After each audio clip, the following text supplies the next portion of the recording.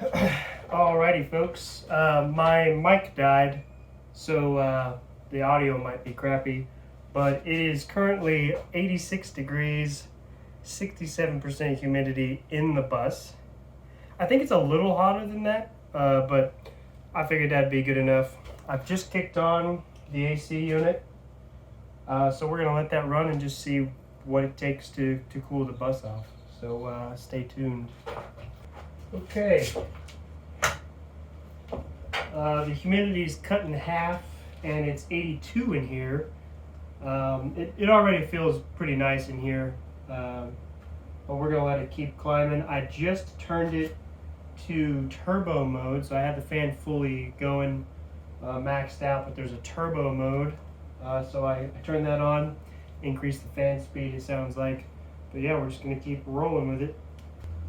Okay, folks, I'm still letting the bus cool off. I was cleaning up while I let it do that, running this experiment. It's currently 75 degrees, 38% humidity, so the humidity's just tanked, and it's about to rain outside too. Like it's within hours. You know, it's got that like pre-rain humidity in the air. But anyways, I got curious. I started feeling around. So I spray foamed behind this structural steel beam, and I ended up leaving these here because I figured they were really good, like structural integrity composite body right here, and so I'm going to build around them. But anyways, they're riveted to the channel that goes across the bus all the way around, so that's how they're anchored. But this particular hole right here, while I was spray foaming, I missed. So I'm actually touching the metal surface on the outside right now. And maybe if I get like an infrared thermometer or something, that we can really look at the numbers. But touching this right here, this is cool to the touch right here. But as I get closer, you can tell that it's warmer, but it's not terribly warm. It feels just like maybe your pillow after you lift your head up, you know, and come back after a few moments. And then the rivets here, which are a much better thermal bridge, they are a little bit warmer, but still not bad to the touch. I'm sure if it's 100 degrees outside, they'd be pretty warm. And then it gets cool again. So we're talking like at 2 inches, it's cool again. So that's really cool to see the physical differences so quickly throughout the bus, you know, and really gives me hope for the installation. Like clearly it's going to work, but it's pretty cool to actually feel that, and I wanted to share that thought with the channel. But yeah, let's keep running this experiment. Still 75. So I guess I'm bored, and I'm making like a whole video out of this. But I was sitting here thinking about the sound, and I have a sound meter. I believe the app is called Sound Meter on my phone, and I held the meter, you know, just under the AC unit, but also near the door to the external unit, just to see the decibel levels. And it looks like the average is about 57, and that's with the compressor outside running.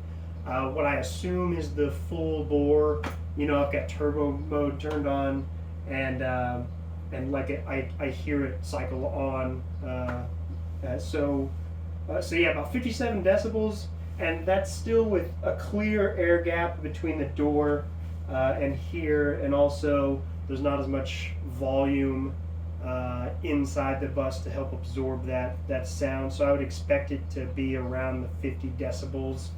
Whenever I'm done, like insulating and getting everything done. So that's pretty nice. I mean, it's a little louder than what like you would want for like a perfectly silent night. But I mean, for like bus life, like you know, if you've ever lived in an RV, like there's always sounds and whatnot going on, so you kind of get used to it. As a matter of fact, I miss falling asleep to the rain, like when it hits the top of the roof of an RV. Like it's very soothing, you know. It's like your own white noise machine, and you don't really get that with a regular house. But I don't know what my bus would actually sound like in the rain. So we'll have to stay tuned for that, because all the insulation or whatnot.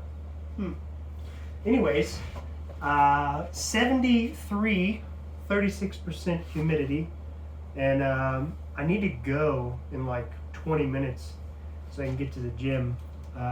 But hopefully we'll get her down to like the 70s, or the 70s, down to 70 before I shut her off. It's also been draining. I've been collecting the water in a little bitty ice chest, just because I don't have the hole drilled yet for it, because I don't know exactly where I want to put it. But anyways, let's keep doing this. Alrighty, it has been about an hour and 15 minutes. The thermometer that I have finally adjusted. It looks like it adjusts in like 2-degree steps. There's a better word for that. But 39% humidity, 70 degrees Fahrenheit, in the middle highest point of the bus that I can put it. So I figured like that's average, whatever. It's felt great in here for a while. So I think this thing is having to cool off all the volume in here, all the wood, the ceiling, everything. It's had to bring that temperature down. So I think it'll be better at maintaining the temperature rather than bringing it down, which is pretty average for AC units. Let's see. I've drained off the condensation into this ice box. What else? Yeah, I mean it's working great. My heart feels relief. I was worried I was gonna have some kind of leak or something. We'll continue to monitor this throughout my other videos as it gets hotter, throughout the summer. But I'm gonna turn this experiment off and go about my day. I hope you enjoyed the video. If you like what you see here, I'll be making videos for at least the remainder of the summer as I build this thing up. I'm really hoping to have this thing out camping by mid to late summer. Anyways, I'm Bravo. Catch you next time.